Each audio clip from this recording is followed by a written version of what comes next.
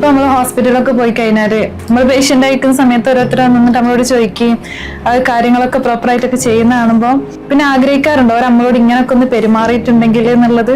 ഇപ്പൊ എന്താ നല്ല രീതിയിൽ ഹോസ്പിറ്റലിൽ പോയിട്ട് വർക്ക് ചെയ്യണം, അവരോട് നല്ല രീതിയിൽ സംസാരിക്കണം, ഓരോരുത്തരുടെ ആവശ്യങ്ങൾ അനുസരിച്ചിട്ട് അതിനനുസരിച്ചിട്ട് പെരുമാറണം. നല്ല സപ്പോർട്ടീവ് ആയിരുന്നു.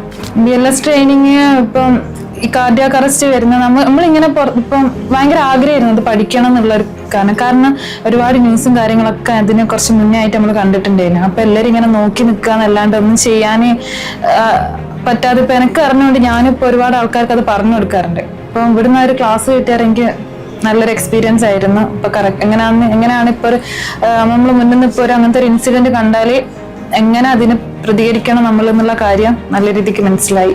ഇപ്പം ഡിഗ്രി കഴിഞ്ഞ് പിന്നെ എനിക്കൊന്നും പഠിക്കാനോ ഇതാക്കാനൊന്നും പറ്റിയില്ലായിരുന്നു. 4 വർഷം ഒരു കരിയർ ഗ്യാപ്പ് വന്ന് പേഴ്സണൽ ഇഷ്യൂ ആയിരുന്നു. പിന്നെ ചേരുമ്പോൾ നല്ല ടെൻഷൻ ഉണ്ടായിരുന്നു, എന്താവും ഇനി എങ്ങനെയാണ് സ്റ്റാർട്ട് ചെയ്യുക, ഒരു സ്റ്റാർട്ടിങ് ട്രബിൾ എന്തായാലും ഉണ്ടാവും. പിന്നെ നമ്മൾ ഡിഗ്രീന്റെ ആ ഒരു എൻജോയ്മെന്റ് കാര്യങ്ങളൊന്നും ഉണ്ടാവില്ല, ഒരു ഇൻസ്റ്റിറ്റ്യൂട്ടല്ലേ അങ്ങനെ പഠിച്ചു പോവാന്നുള്ള അങ്ങനെയൊക്കെ ആയിരുന്നു.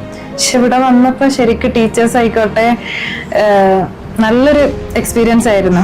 നല്ല പ്രോഗ്രാംസും നമ്മൾ അധികം സ്ട്രെസ് തരാണ്ട് നല്ല ഫ്രീ ആയിട്ടായിരുന്നു ഇവിടുന്ന് ക്ലാസ്സും കാര്യങ്ങളും ഒക്കെ മുന്നോട്ട് പോയത്. ഇവിടെ വരുന്ന സമയത്ത് എനിക്ക് നല്ല ടെൻഷൻ ഉണ്ടായിരുന്നു, ഇനി എങ്ങനെ പഠിച്ചെടുക്കുക, അല്ലെങ്കിൽ എങ്ങനെ ആയിരിക്കും, എങ്ങനെ മിങ്കിൾ ചെയ്യുക, ഓരോരുത്തരോട് സംസാരിക്കാനൊക്കെ കുറച്ച് ബുദ്ധിമുട്ടുണ്ടായിരുന്നു. പക്ഷെ ഇവിടെ വന്നപ്പോൾ മൊത്തത്തിൽ ഞാൻ ചേഞ്ചായി.